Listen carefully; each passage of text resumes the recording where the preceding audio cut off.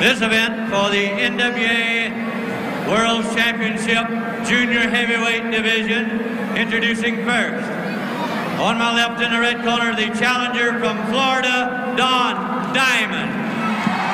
Across the ring in the blue corner from Birmingham, England, NWA World Junior Heavyweight Champion, Les Thornton. Your referee, Bronco Lewis. Les Thornton, a bulldog from Britain, who won the World's Junior Heavyweight title in Oklahoma and who is defending it here in the Sam Houston Coliseum in Houston, Texas, against a young man from Florida who has made a great impression on fans. Now, Thornton has a tremendous amount of experience all over the continent. He has it in South Africa, in New Zealand, and Australia. He has wrestled in the old British Empire, not while it was still, because he has wrestled in Singapore and Hong Kong in recent times. But he is strictly an English-style wrestler. Now, against Diamond, he's going to face a man who can match him in speed, perhaps not in strength. He will come close to matching him in experience. You should say in this match the kind of science that wrestling can exhibit. But of course, science by itself is meaningless. It's only when it results in a win, it's only when it results in superiority that it actually is worth anything. The science of throwing an elbow, the science of throwing a right fist, or the science of kicking somebody in the jaw is as effective as the science of the headlock or the top body press or the grapevine. Nice move by the champion. So Britain's Les Thornton looking for punishment on the legs. He knows of Diamond's speed. He knows that the way to stop that speed is to give him some Charlie horses. It's an effective method. It has worked for a long time for wrestlers. So Don Diamond is caught in an inside bar toe hold.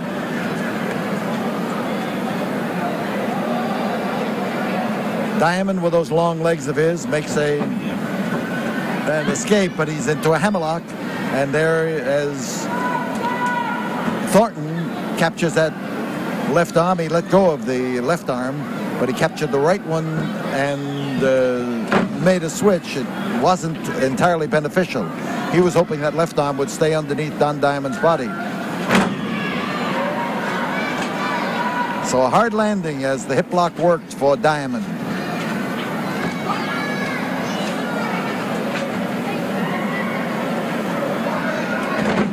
Thornton, top man, arm and headlock. He's got an arm wrapped up in that side headlock.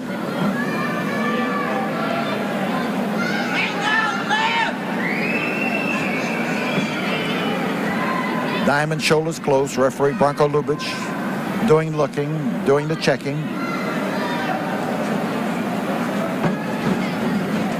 The very fans who constantly yell and wonder why they don't turn in some scientific wrestling look at this and they start urging people to throw blows. That was a legal blow. That was a smash with the forearm, or as they say in British countries, an elbow jolt.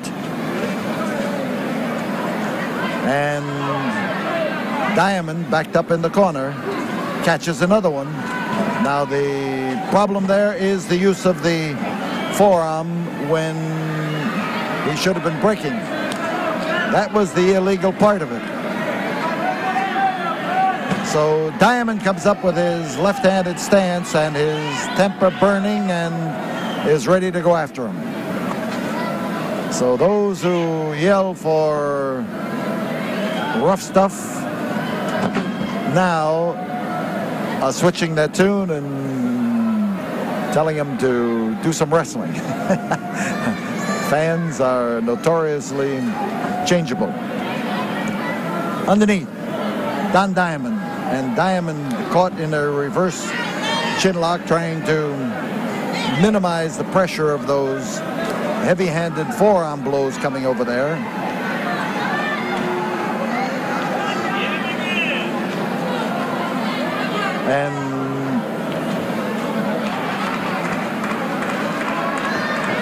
And Don Diamond takes a Japanese arm lock on the world's junior heavyweight champion.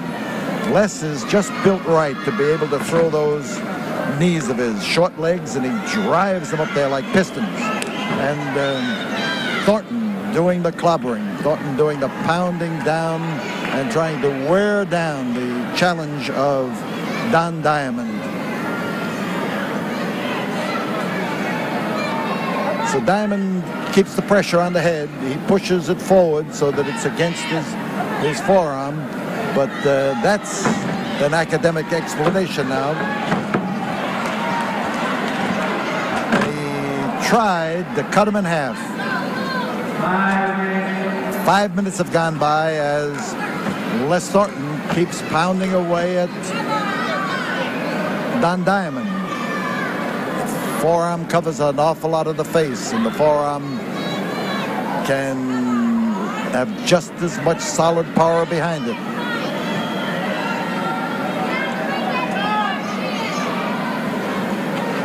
Thornton's hold, and Diamond trying to maneuver into a position to work out of it. He's worrying him with those forearm blows, and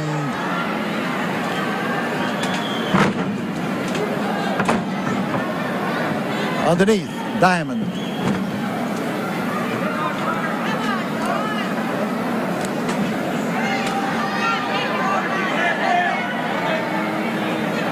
Diamond caught in that reverse chin lock, and the challenger underneath looking for a way to maneuver out of it.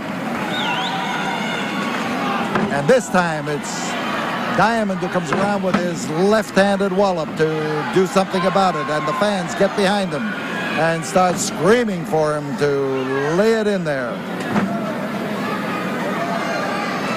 He's rolling him up. There's one, there's two. He had that cradle hold on him, but well applied. Now Thornton came around that time with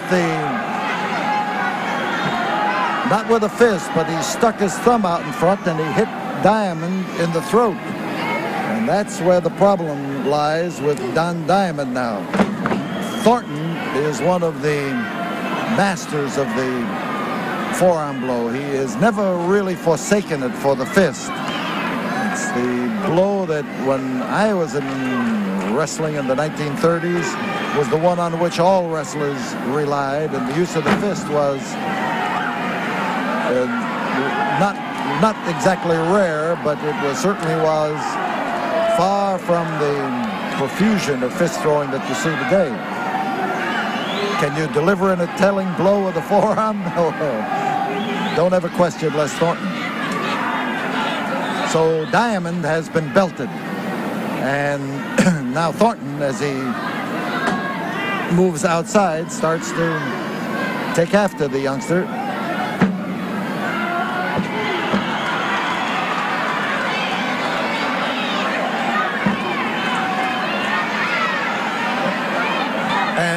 Thornton is getting a taste of his own medicine right now, but oh, he came around again that time, and it looked to me like Diamond caught it in the throat, and the champion was able to gain an advantage from it.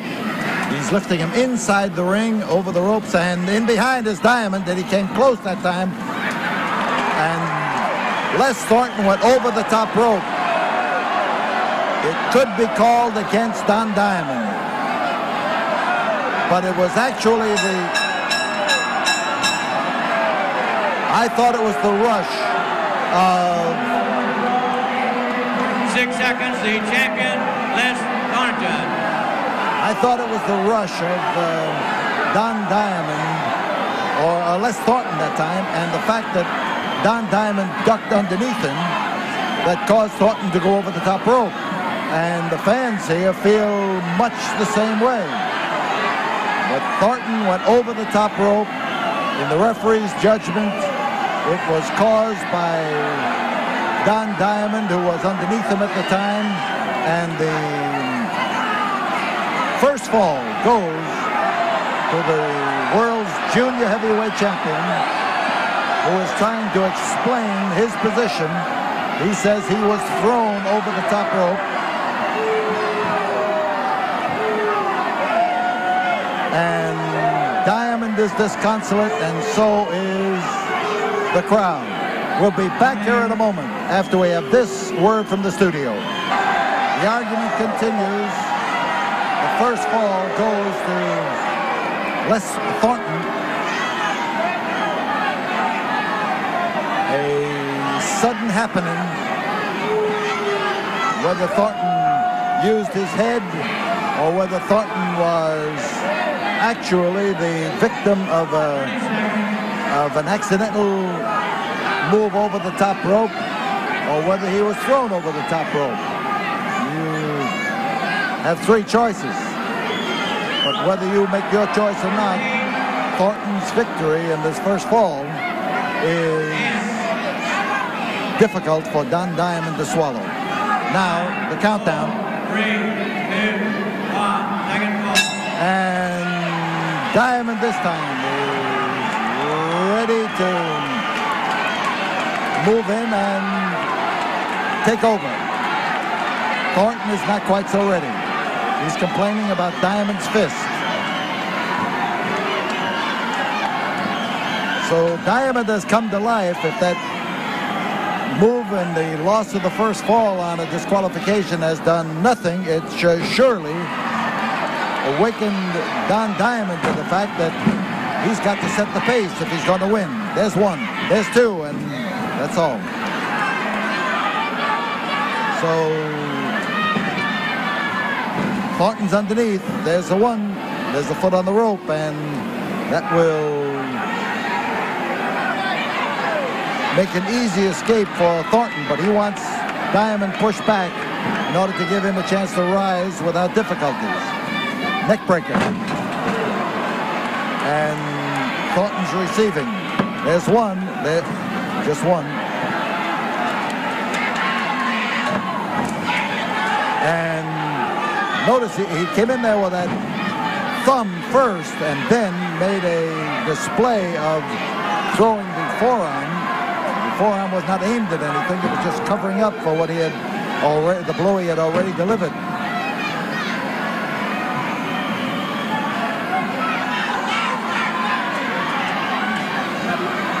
Thornton, crotch hold, back and body drop, and hard way to land. Thornton on top. There's one, there's two, and Diamond that time exhibited the kind of strength that's going to be necessary to have in order to win this one. Smashing wallop. On top, there is Don Diamond.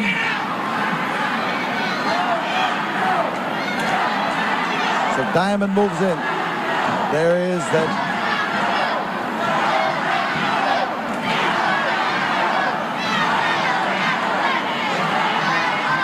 Fans are hollering, "Go, Diamond, go!" And Diamond was going. But Diamond suddenly lost his luster because of the quick switch by Les Thornton. The Birmingham bully comes in to start pounding away at his adversary, and the challenger is literally hanging on the ropes. Whether that's a temporary condition or whether it lasts depends on the move he makes from here. He was hanging there trying to entice the champion in.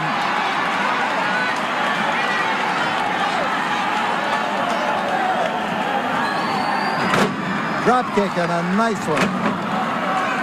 That second one, however, was not the kind to put you into a position. Thornton missed.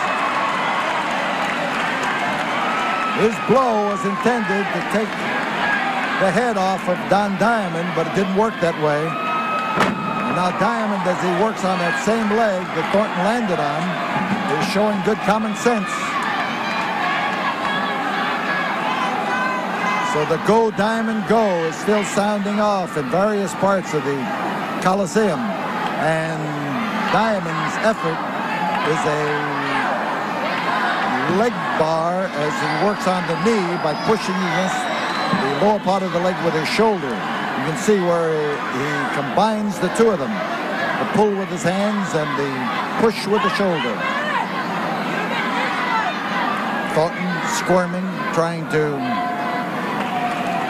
do something about it.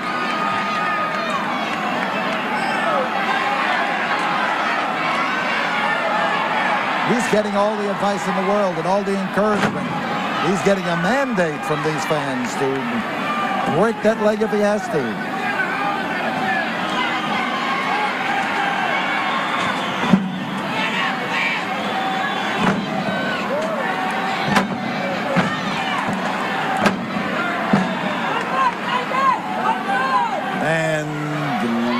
Diamond turns in a great move here by continuing to punish the leg that Les Thornton damaged when he missed the knee drop and landed knee first on the canvas.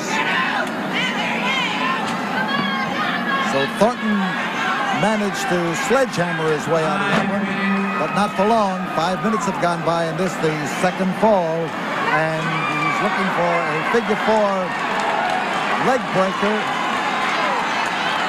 This hold has probably been responsible for more broken legs in wrestling than any other single toe hold. The one that Don Diamond is using right now. He has his own leg thrown over there in figure four fashion. He is the pressure down on the knee of Les Thornton, and Thornton knows that if he makes the wrong move, his leg is going to suffer, and this match is going to end with a new world champion being crowned. Thornton wants the referee to break the hold. He's trying to pull under there so that Bronco Lubitsch will have to do what Les Thornton cannot do. He's under the ropes. He will get the hold broken. And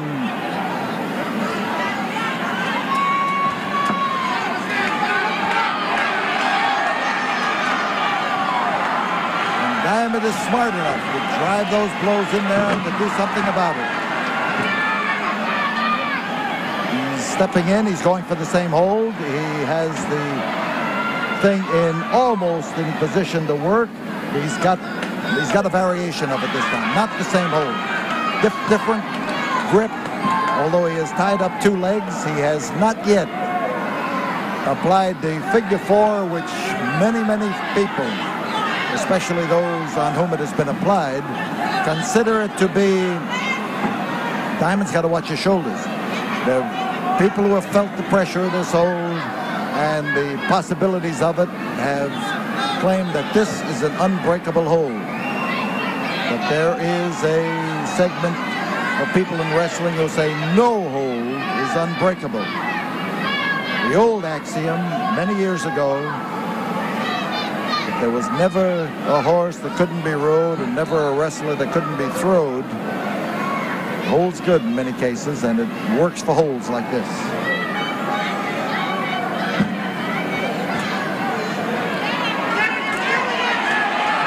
Now the fans encouraging Diamond to dive in there and grab those legs again, and he has turned the tables on Les Thornton. He's dropping with his knees in against the thigh muscles of Thornton. And, oh, that can raise a Charlie horse and make you hobble.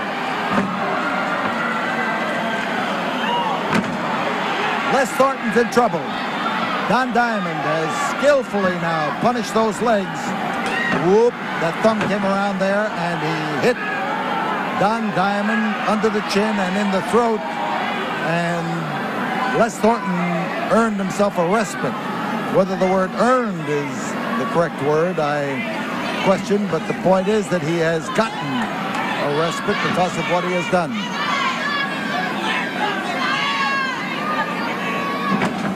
Thornton landing in there and finding his mark. The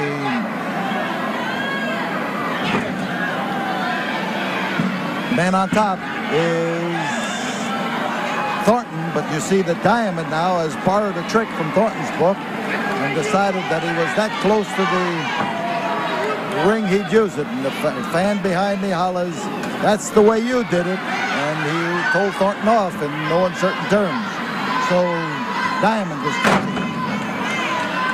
The tide of this match has switched, and the champion, from being on the receiving end of punishment, now has been dishing it out. It's a great feeling when it happens to you. Crotch hold, but no. Don Diamond goes in behind. He goes for a victory roll. He may have it. He's got him. He's got him. He did it.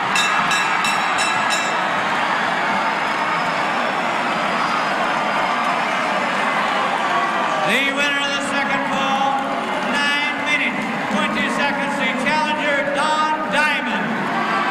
Going just a shade under 10 minutes. Don Diamond, one of the brightest youngsters in the wrestling game, and a young man with a tremendous future that may begin here tonight. If he can upset Les Thornton for the third and deciding fall of this match. But right now, he is even with the world's champion. There is one fall to go, and we tell you that we'll be back here in a moment after we have this word from the studio. Thornton still arguing with referee Bronco Lubitsch. Although what he can find to argue about, I am not quite certain, because the fall that he won was sketchy and controversial, to say the least. The fall won by the challenger, Don Diamond, was clear-cut and not open to argument. He not only rolled him over, he was able to bottle him up by taking his legs and jerking him up tightly into a real solid pinfall. Time in the intermission running out. Time limit is 2 minutes for a rest period between falls. And here, as Don Diamond gets these fans to shout their encouragement, time is drifting. Here's the countdown.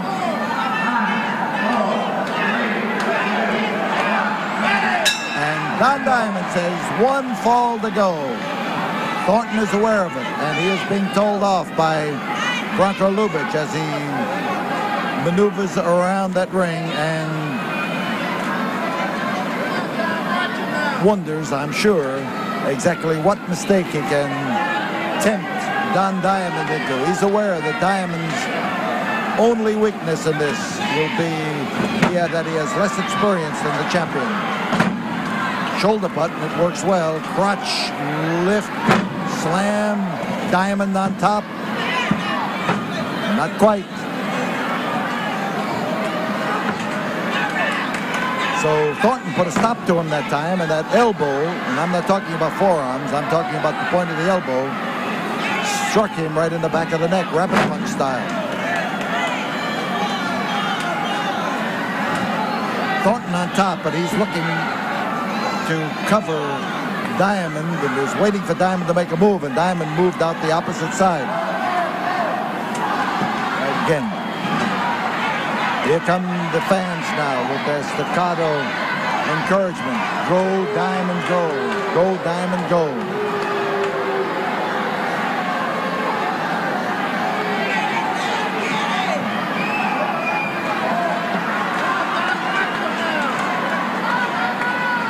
So Diamond's outside. The count is broken.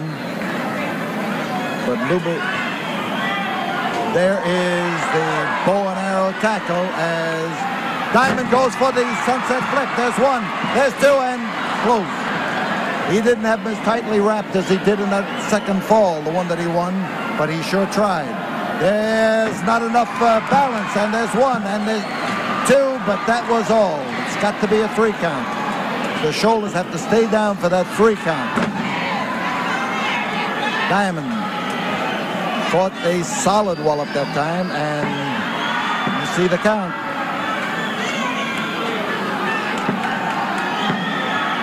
Referee Lubitsch watching those shoulders and hoping he's going to be able to move in there. Diamond hanging on to that arm, rather Thornton hanging on to that arm of Diamond and hoping he's going to be able to score just a little bit better. Now Diamond's fans screaming for him to come in. And, oh, that was one of the best forearm blows of the night. And Diamond's in trouble. Don Diamond on the deck. Here's Les Thornton looking to lay it in there, and lay it in there he does. There is a call to break because the legs were under the ropes, and Diamond added emphasis to the break. He's going for the sunset flip again, and he's got him wrapped up. Whoops. Both legs hit him, and hit him hard.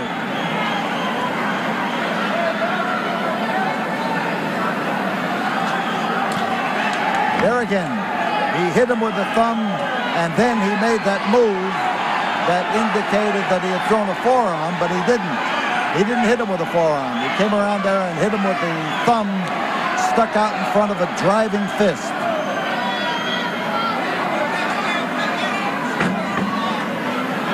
And Thornton trying to plaster Don Diamond up against that rope and take some of the spring and fight and effort out of him.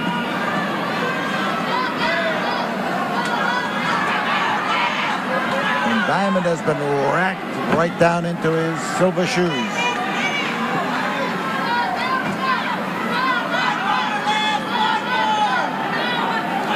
This is where Thornton, with his forearm blows, is in top form, and he doesn't have to worry about breaking a fist.